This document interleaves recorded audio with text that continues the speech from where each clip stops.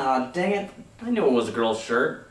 Well, I haven't played a whole lot of Sonic games, so all I know is that Sonic Team keeps on making them, and they keep on sucking. Now, I don't have experience, but that does not mean I don't have a history. Before going on this Sonic endeavor, I decided to pull out my Sega Genesis. Yeah, I had to dig for it. I only have 2 games for the system, and one of them is the second Sonic the Hedgehog game. Check out this controller. Classic. And I had to hook it up through a coax cable. Do you kids even know what that is nowadays? So after I pushed the power button and jiggled the cord a little bit, I was playing some good old Sonic. It's fun because it's a fast-paced platformer and every environment proposes a new and interesting challenge. The music is something else I would call perplexingly awesome. Well, that's my musical opinion. One of the rules of YouTube is you have to get pissed off and disagree with me. Sonic 2 is only a video game, but it has influenced a couple of my videos. I bought my Genesis from a friend back in 1999 for $10 because he had a debt in Girl Scout cookies. And you know what's really funny? I'm not joking. Come to think of it, my parents didn't really support my video gaming habits, so I had to buy everything myself. And let me remind you, I haven't always worked for a corporation. So, years passed and I never picked up another Sonic game, but for this adventure I'd like to take a look at 3 of the current generation. But not Sonic Next Gen, because I already know how bad that game is. Sonic and the Secret Rings wasn't quite a launch title for the Wii, but it was pretty close. It only required the Wii remote, so honestly I don't think anybody knew what to expect. Whoa, did you see that frame rate slowdown? It's kind of ironic because Sonic's supposed to be fast. So Sonic is sleeping on his couch, dreaming of the days when people liked him, and all of a sudden, Katie Seagal appears in the form of a genie. And that's when the game gets dirty. Rub the ring. She informs you that, awkwardly enough, Aladdin's genie is now evil. Apparently after Disney wrote him a check, he spent all of his money on hookers and blow, and not content with that, he wants to take over Sonic's world, because there, they don't cut their cocaine with baking soda, and he wants to make Sonic his personal concubine. The Blue Hedgehog isn't comfortable with that idea, so he's off to find an arbitrary number of rings to stop him. The gameplay takes you through several flamboyant stages while you collect rings and run very, very fast. Okay, standard protocol. You only stop occasionally to mess with some doohickey, and you have to actually earn the ability to move backwards. To move left or right, you tilt the Wiimote in a fashion similar to Excite Truck. And to attack, you jump and then thrust the Wiimote forward. When this game was new, I thought it was pretty cool, but picking it up nowadays, I kind of felt like I was going to throw both my arms out of their sockets by the time I completed the game. I actually thought it was pretty cool how they just transplanted Sonic characters into the plot. We've already been forced to accept the fact that Sonic is fighting Robin Williams, so of course Tails is Alibaba, and Knuckles is a black comedian. And you know, the game actually looks alright. Very stylized. Of course, nothing earth-shattering, but hey, Sonic has a texture. After all the bad things I heard about Sonic, I was quite surprised to find out that Sonic and the Secret Rings is actually a pretty good game. The fun comes in successfully pulling off moves that make Sonic go about Warp Factor 7, and other things that are just fun to watch even though you have no control over it. That said, there's only like 2 of these fun levels in each of these worlds, and once you complete those, you're left with these stupid challenges. The game is very linear, and I see no problem with that, but a little predictability would have been nice. Sonic and the Secret Rings is linear in the same way that your intestinal tract is linear. It's all going in one direction, but I mean, damn, it's all over the place. There seems to be no structure, as you will jump in between worlds without rhyme or reason. You beat challenges and collect rings to unlock more challenges, but which ones? Who knows? And I gotta tell you, these challenges go from stupid to just flat out retarded without even shifting gears. You gotta do stuff like beat the clock, kill all the baddies, collect all the rings, don't collect all the rings. And on top of that, they get really hard. The only purpose that they serve is to make the game longer. And since I died like 100 times, once again, I cannot be held responsible for my actions.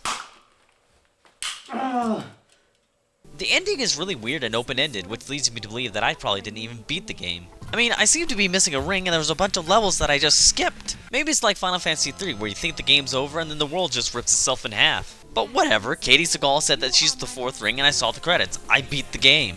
And if anybody wants to tell me that it's actually Final Fantasy VI, battle this logic. My cartridge says Final Fantasy III, so I'm gonna call it Final Fantasy III. So Sonic and the Secret Rings is really good, but only in small doses. Oh, and the multiplayer is really fun. Sonic Unleashed appears to be another attempt at the 3D platforming games that began with Sonic Adventure. I was so happy when I looked at the back of the box and learned that I could play with the classic controller because I'm getting pretty dadgum tired of all this stinking waggling.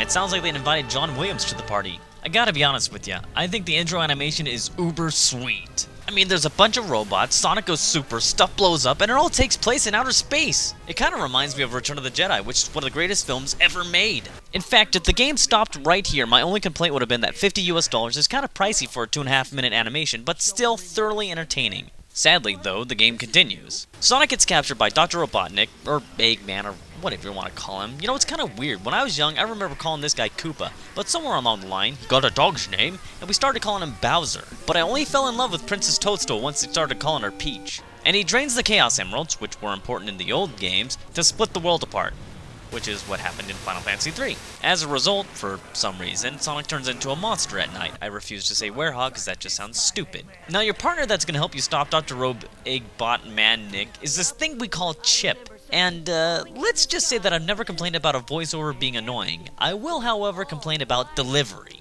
I've heard people throw around the term dual-world gameplay, which I think is erroneous. A better example would be Metroid Prime 2 Echoes, because the same exact level space is shared by the light and the dark side. And the puzzles are adjusted appropriately. Sonic Unleashed is more like indecisive game design because it feels more like playing two completely separate games. I genuinely enjoy the daytime levels because it's Sonic running around collecting rings and jumping on bad guys, which is pretty representative of what Sonic used to be about. True, there aren't as many alternate paths to take, so what it comes down to is it's just something really nice to look at that only occasionally requires controller input, and I'm really not sure if I should be enjoying it. It's kinda like Metal Gear Solid and their cutscenes. Every time one starts up, I feel I should be complaining about it, but they're just so nice to watch. I mean, I like movies too, especially if they contain a metrosexual guy in robotic armor doing a breakdance. Actually, he spits up white stuff, so that probably pushes him a little bit further than metrosexual. Now, just like Sonic and the Secret Rings, the run and fun is very limited. The only thing you do for the rest of the day is collect rings and do time trials within sections of the level you just played. The nighttime levels aren't all that great. In fact, you'll probably get whiplash from the difference in gameplay.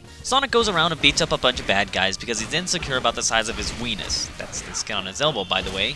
There are some platforming elements where you jump around and collect things, but at the end of the day, pun intended, it's all about just beating the crap out of these bluish-purple soccer balls. You know what would have been nice if the right stick actually controlled the camera? A fixed camera in this game is such a bad idea. There are some parts in which you cannot help but just guess when to jump. These levels aren't bad, but they most certainly are not good. They're just painfully mediocre, so middle of the road that I beat them all without a second thought. There's nothing memorable about them. The level progression is just as schizophrenic as Secret Rings, and in this one you have to wait for tails to fly around everywhere. And you have to talk to all these cardboard cutout locals, which is just pointless. I never read anything that anybody said, and when given a choice of how to respond, the top one is always the right choice. I'm not going to say that the music sucks, but all this Frank Sinatra lounge music doesn't match any part of the game. The previous Sonic was full of butt rock, but, I mean, come on, that actually fits. I'd say that this game is alright, even though I couldn't finish it. In the last world, I barely beat a day level, and what it asked me to do immediately after that was a time trial of the same level. Well then, Sonic Team, I would like to respectfully ask you, what the fuck was the point of making me do it without a time limit? You're just artificially inflating the game length to the degree of Rock Band. Well, actually, I don't think anything could come close to Rock Band in that respect, but it was actually at that point in the game that I respectfully declined playing its impossible time trial before I needed to replace another Wii remote. I also wanted to check out Sonic Unleashed on a next-gen console, just expecting a prettier version, which is kind of pointless when it comes to Sonic. Instead, it's an entirely different and much worse game. The controls are too sensitive, you have to look for everything, and the locals are even more frustrating. And what's really funny is most of these in-game cutscenes are rendered in real time, so they suffer from an inconsistent frame rate and blocky shadows. So, the Wii version actually turns out looking better. Plus, there's way too much QuickTime for me. I don't memorize button symbols, only their locations.